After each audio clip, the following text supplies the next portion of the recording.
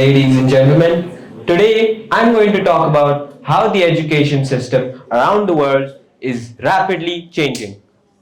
Please do pardon me for the boring intro. Do you remember how a phone looked like in the early 1900s? They looked somewhat like a wind up cuckoo box with a wire attached to a dumbbell like structure through which we sent and received calls, as that was all it could do at the time. Nowadays, there are all kinds of phones. Phones that can fold into our pocket, phones that wrap around our wrist, and even phones that are just insanely expensive. In the same continuity, do you remember what a car in the 1900s looked like? It's like the bottom half of a tractor with a gigantic steering wheel and a large velvety leather couch glued on top of it, like the roof of a gingerbread house. Today, there are cars that go at 300 miles per hour, cars that can turn into a picnic table, and even cars that can drive themselves. Although Tesla still has some bugs to work out if it actually wishes to preserve the people inside. Now let's come to a classroom. A typical everyday school classroom. There is the whiteboard and or blackboard at the front of the class, followed by rows and rows of tables and chairs in which reside moody, half asleep teenagers with the teacher's desk shoved in a corner. The walls are stuffed with pre-made charts, graffiti, and whatever else looked presentable at the time of decorating it. A teacher is coming in giving a long informative lecture while 90% of the class is doing everything but listening to it. Let us now take a relatable situation. There may have been a time when you were working on your physics chart, trying your best to draw what roughly constitutes a circle. I know I have tried and failed miserably. You know the usual drill. You write the title, you write a paragraph, and then you get sidetracked. Because one has to check their YouTube feed or reply to that one WhatsApp message every 10 minutes, you end the day rather haphazardly, wondering what excuse to give to your teacher tomorrow. When a video pops up on your home feed labeled "School is pointless," and here's why. Having nothing better to do, you click on it. You do realize one thing, however, and that is in over 100 years, the classroom structure and function has not changed one bit.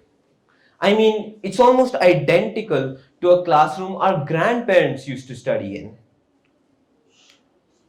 See, every education system to have been established follows a certain set of procedures when it comes to a child's learning.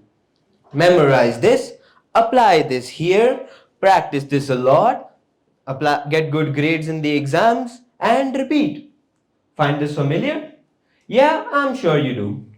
This then ultimately led to getting a good college degree and then landing a good job, often while being quite frankly underpaid. Was completely suitable well into the late industrial era when a person had to be molded into performing a certain factory job or a certain service. Back in our parents' day and age, there there was nothing called the internet. All one had to attain knowledge was books, newspapers, and the teacher's advice. Of course, due to the limited amount of resources available, students were judged based on their ability to recall and reproduce information on a paper, and jobs were given accordingly. There were very few viable choices at the time, with medicine, engineering, law, and being like the most favorite ones at the time. However, times are changing. And as we dive deeper into the 21st century, Technology has undergone tremendous advancements, and many machines are now equipped with automated circuits capable of doing basic labor tasks on their own more efficiently than humans ever could. Any query you have can easily be answered by a search on the internet. One must not ignore the meteoric birth and rise of artificial intelligence during the 2000s either. It can quickly perform complex calculations within seconds, analyze and handle huge amounts of data, and even make people's photographs look better than one would consider possible. Pro tip, if you ever want to bust an AI generated image, look at the face and hands. Last time I got ChatGPT to model an image of me, it sprouted an extra pinky finger on my right hand.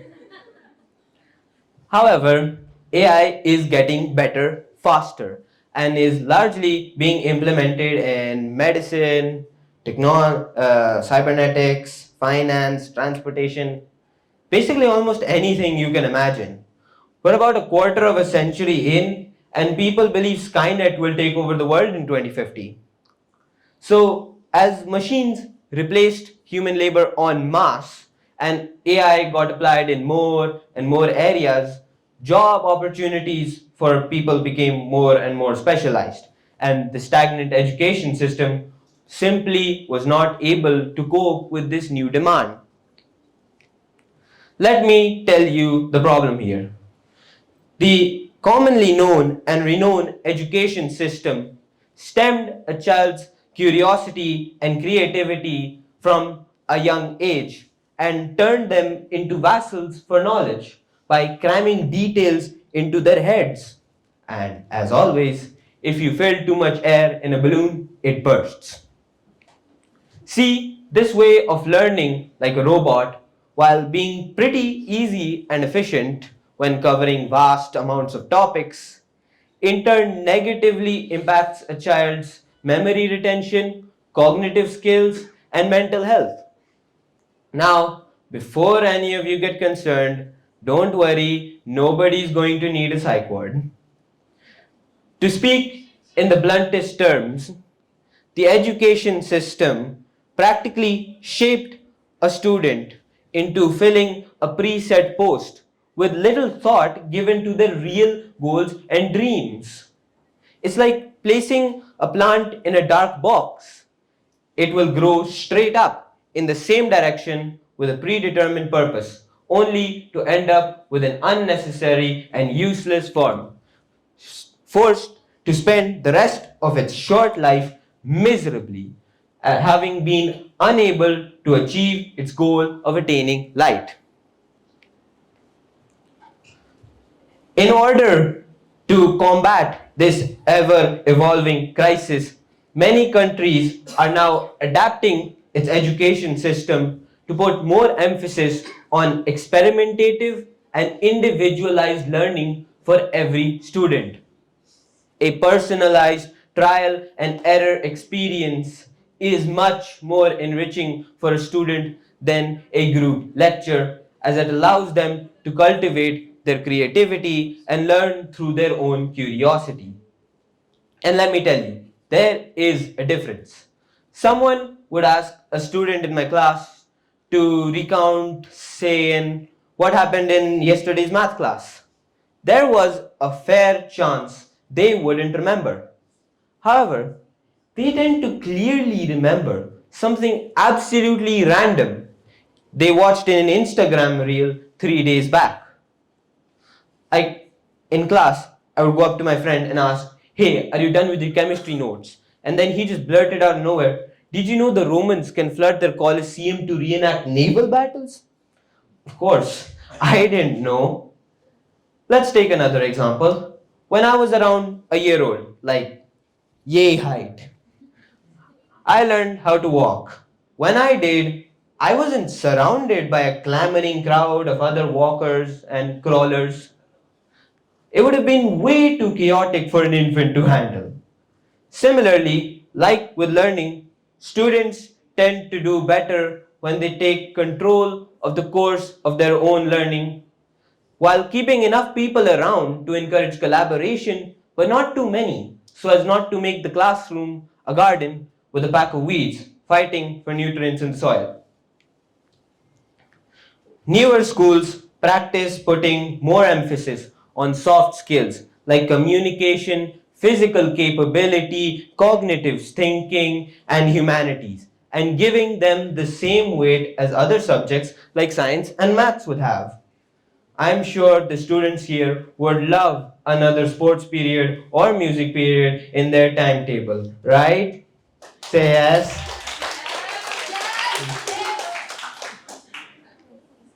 Furthermore, co-curricular and club activities are given new importance as the traits and skills developed through such events like these are what gives people the edge in the modern job environment. Speaking of jobs, more and more education systems are providing kids with career specific learning as general university degrees are becoming less and less important when getting a job compared to raw capability, efficiency, and adaptability in a certain field.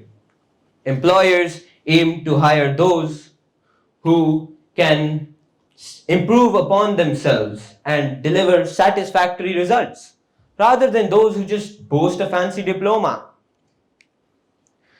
A prominent example of a thriving education system can be seen over in Finland, where less emphasis is put on testing and examination, which limits a student's growth to a simple curriculum and halts their learning to a pre-designed limit before they can reach newer heights.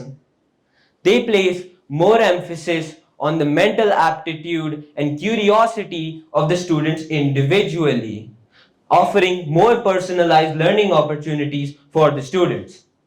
This shows as not only does Finland constantly rank in the top 10 on the world literacy scale, something even China and the United States failed to do, but Finnish students are also much happier than most other school students whose literacy reaches similar heights.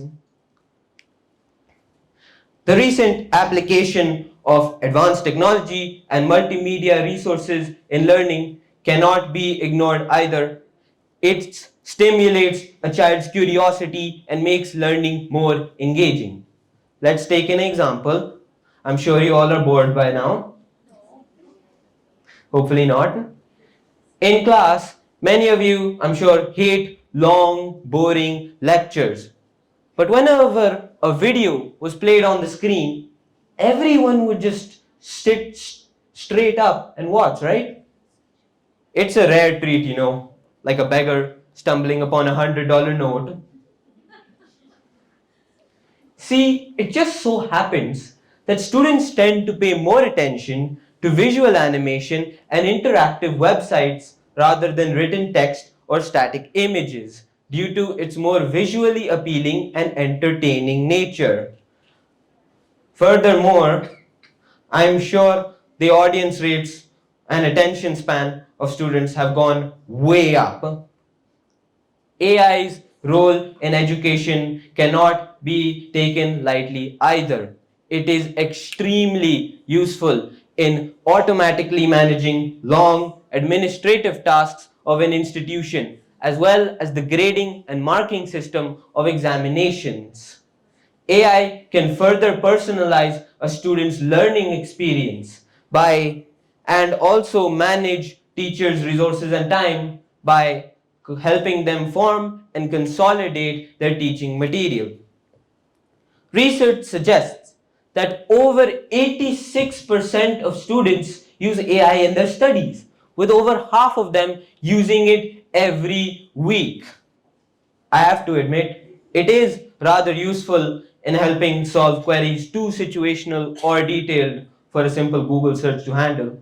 It's also great at helping procrastinators like me with last minute assignments. Another aspect that is changing is the teacher's role in teaching children. The trend is changing from the know-it-all professor to a helper and guide. Teachers are encouraged to facilitate, not force, facilitate a student's learning by allowing them to regulate their own learning via exploration into unknown depths and cooperation with other students rather than constantly keeping a tight leash on them. Teachers are expected to offer guidance to a student while they formulate conclusions on their own rather than stuffing in the answers in their head beforehand.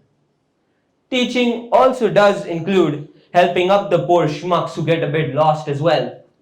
There are always those few students whose hands you've got to hold while they cross the bridge. This massive overhaul of the antique education system is expensive though.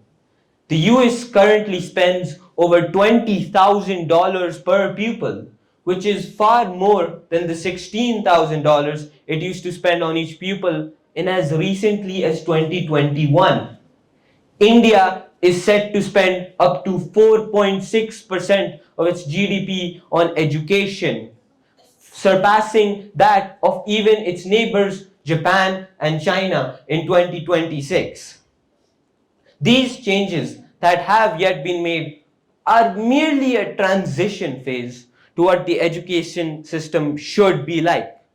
And the fact that very few of these practices are actually used worldwide is a major obstacle to beneficial change. However, I know that every educational institution should proactively work to incorporate these changes on a large scale in order to create the future leaders of tomorrow and not another office clerk. With time and diligent effort, I believe this education system can be sculpted into something worthy of the 21st century. That's all from me. Thank you.